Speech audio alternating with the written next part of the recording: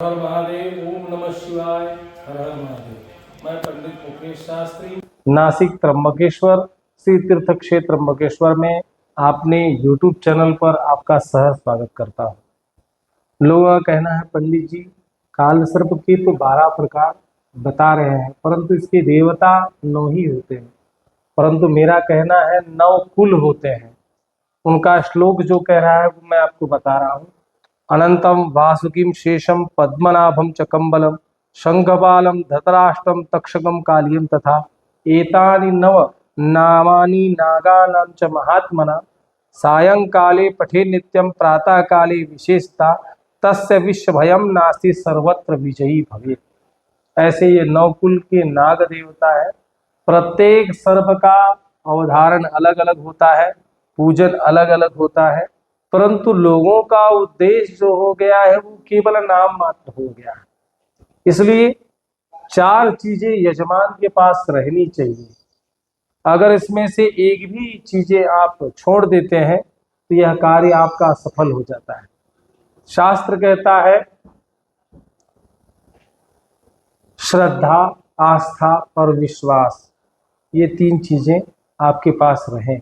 और चौथा, व्यक्ति धन जो खर्च कर रहा है वो सही कर रहा है, नहीं तो केवल संकल्प मात्र से ही करना है तो यहाँ तो 1500 नाग पंचमी की दिन लोग 500-500 रुपया लालच केवल देना है, लेकिन उससे होने वाला कुछ नहीं है। जब तक आप राहु का, केतु का मंत्रों का जाप करा करके नाग प्रतिष्ठा नहीं करेंगे तब तक वह काल सर्प दोष का खंडन नहीं होगा। ये पीढ़ियां दर पीढ़ी आपके चलते ही रहेगा। इसलिए राहु केतु अंतराले सर्वे ग्रहान अवस्थिता, राहु केतु के अंतरकाल में आने की वजह से ही काल सर्प दोष लग रहा है। इसलिए काल सर्प दोष का खंडन करने के लिए राहु केतु का जप आदि करके नाग प्रतिष्ठा की जाती है, नाग गायत्री की जाती है और फिर काल सर्प दोष का पूजन करें। और इसका स्थान कहाँ होना चाहिए? तो शास्त्र कहता है देश, काल, क्रिया, द्रव्य, कर्तृणाम शुद्धता। यदि देश यानी जगह सही होनी चाहिए, काल यानी समय सही होना चाहिए, क्रिया सही होनी चाहिए, द्रव्य सही लगना चाहिए, करने वाले की और पूजा कराने वाले की दोनों का मन साफ रहना चाहिए, तो मंत्राणांच फलमश्नुति, तब उस मंत्र का, पूजा का फल प्राप्त होता है। इसलिए क्रिया भी सही होनी चाहिए, द्रव्य भी खर्च लगना चाहिए। तो पंडित जी ने कह दिया 11,000 रुपए लगेगा तो यजमान 2100 रुपए ढूंढने लग गया। सोना सोने के रेट में ही मिलेगा आपको। कोई अगर पीतल के रेट में दे रहा है तो वो सोना नहीं है। 11,000 रुपए किस चीज का लग रहा है? तो ब्राह्मणों को जप संख्या कराई जा रही है, उनकी दक्षिणा है। और नाग प्रतिष्ठा, नाग गायत्री, पंचांग कर्म करने के लिए चीजों को लगता है द्रव्य। इसी को अगर मैं कहूं तो मेरे यहाँ 1121 रुपए में शांतिक विधान होता है, परंतु वह एक टेम्पररी विधान है, will be not permanent solution.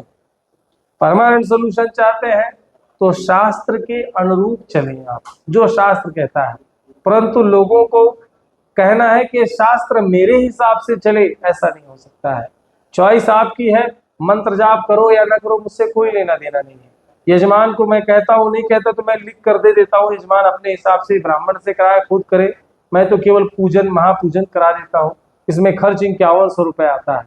बाकी विधिवत आप कहेंगे बाकायदे नाग प्रतिष्ठा के साथ समूल निवारण करने के लिए 11,000 रुपए खर्च आता है। और श्रावण मास परम पुरुषोत्तम मास आ रहा है, और श्रावण मास में भगवान देवाधिदेव महादेव का रुद्राभिषेक करने से, और यह ज्योतिर्लिंग की खासियत है क्योंकि यहाँ का कंकड़ कंकड़ भी शंकर है, क्योंकि यहाँ ब्रह्मा, विष्णु और महेश तीनों देवताओं का समागम है और एक लिंग स्वरूप में भगवान त्र्यंबकेश्वर विराजमान है। गोदावरी महाभागे महापातक नाशिनी धर्मार्थ काम मोक्षाणाम मुक्ति भुक्ति प्रदायिनी। यह माँ गोदावरी कल कल कहते बहते हुए जा रही है। उसी तीर्थ क्षेत्र में यह बसा हुआ त्र्यंबक क्षेत्र है। इसलिए लोग दूर दूर से आते हैं यहाँ अपनी आदि व्याधि पीड़ा निवृत्ति को लेकर।